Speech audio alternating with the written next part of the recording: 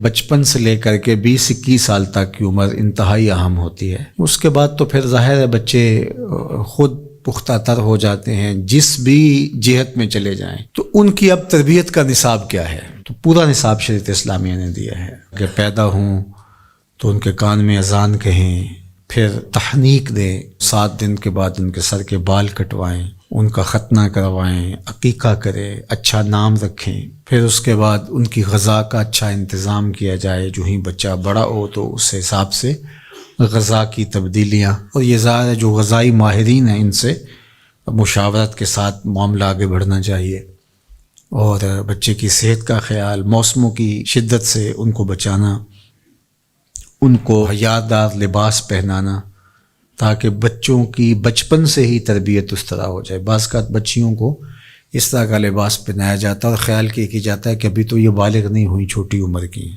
تو چھوٹی عمر سے ہی ان کو جو ہے وہ یہ چیزیں سکھلائی جائیں تاکہ وہ ان کی طبع کے اندر وہ چیز راسخ ہو جائے۔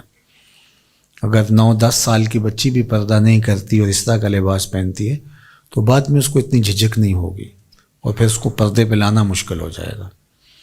یہ ساری چیزیں جو ہیں وہ بچوں کو شروع سے سکھائی جائیں۔ ان کی فطرت میں یہ چیز ہوتی ہے، اس فطرت کو اجاگر کرنا ہوتا ہے۔ اس طرح 7 سال کا بچہ ہو جائے تو اس کو نماز کی تلقین کرنا، اور 10 سال کا ہو جائے اور نماز نہیں پڑھتا تو اس پہ سختی کرنا تاکہ وہ نماز قاتی ہو، اور جب بالغ ہو جائے تو پھر تو شرن بھی اس کے اوپر واجب ہو جاتی ہے، اب اگر نہیں پڑھے گا تو گناہ گار ہوگا۔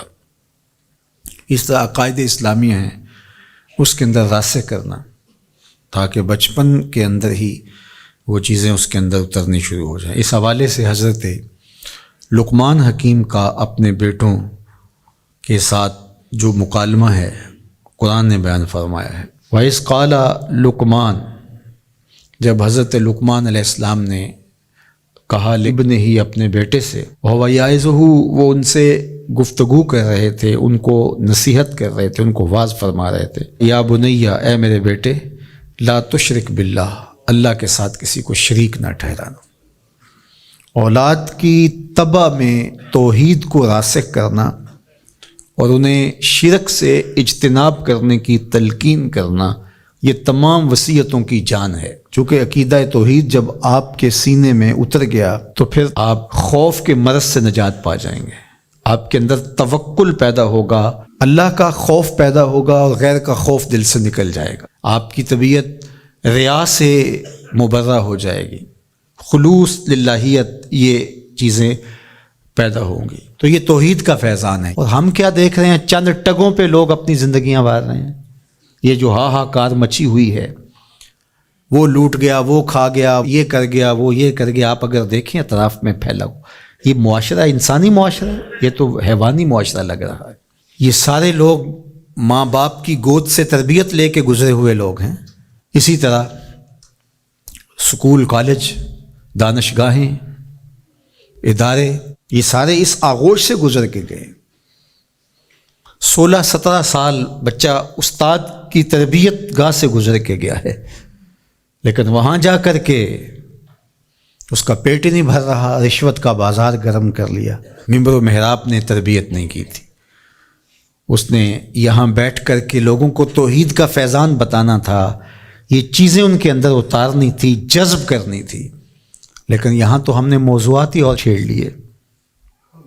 نظری مسائل میں خطیب الجھ کے رہ گیا، اور نتیجہ کیا ہوا ہے کہ قوم کی تربیت کا فریضہ اس سے عہدہ برائی نہیں ہو سکا۔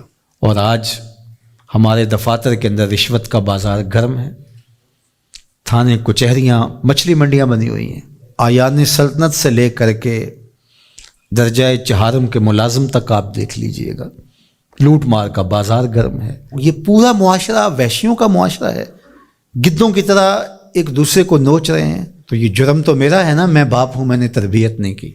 اگر میں نے تربیت کی ہوتی، میرا بیٹا جس منصب پہ بھی ہوتا، ملک سے بھی وفا کرتا، اسلام سے بھی وفا کرتا، انسانیت سے بھی وفا کرتا۔ لیکن اگر میرا بیٹا منصب پہ پہنچ کے وفا نہیں کر رہا تو میری تربیت میں نقص تھا۔